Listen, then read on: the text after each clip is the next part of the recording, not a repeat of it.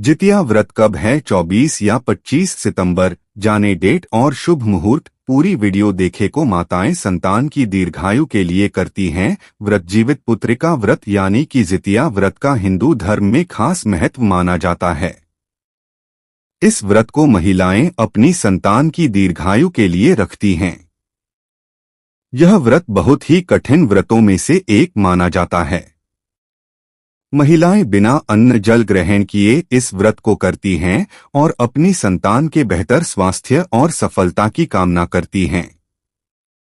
इस साल यह व्रत महिलाएं 25 सितंबर दिन बुधवार को करेंगी। इस दिन महिलाएं निर्जला व्रत करके भगवान जीमूतवाहन की विधिपूर्वक पूजा करती हैं। आइए आपको बताते हैं जितिया व्रत का महत्व, पूजा विधि, शुभ मुहूर्त और व्रत को रखने के लाभ। जितिया व्रत की तिथि कब से कब तक? जितिया व्रत आश्विन मास के कृष्ण पक्ष की अष्टमी तिथि को रखा जाता है। आश्विन मास के कृष्ण पक्ष की अष्टमी तिथि इस बार 24 सितंबर को दोपहर में 12:38 पर लगा जाएगी। उसका समापन 25 सितंबर को दोपहर में 12:10 पर होगा।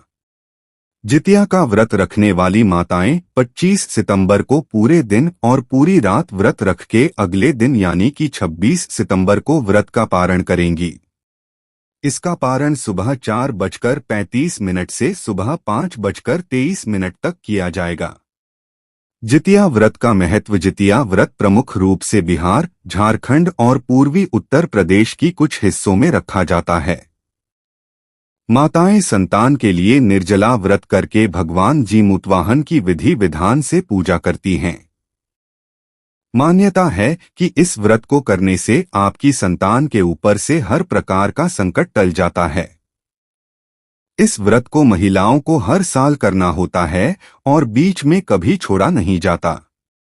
जितिया व्रत की पूजा विधि। जीवित पुत्रिका व्रत को करने के लिए महिलाएं सुबह ही स्नान करने के बाद व्रत करने का संकल्प लेती हैं और गोबर से लीपकर पूजा स्थल को साफ कर देती हैं। उसके बाद महिलाएं वहां पर एक छोटा सा कच्चा तालाब बनाकर उसमें पाकड़ की डाल लगा देती हैं। तालाब में भगवान जीमूतवाहन की प्रतिमा स्थापित करते हैं। इस प्रतिमा की धूप दीप, अक्षत, रोली और फूलों से पूजा की जाती है।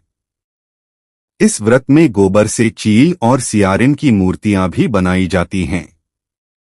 इन पर सिंदूर चढ़ाया जाता है और उसके बाद जीवित पुत्रिका व्रत की कथा सुनाकर पूजा को संपन्न किया जाता है।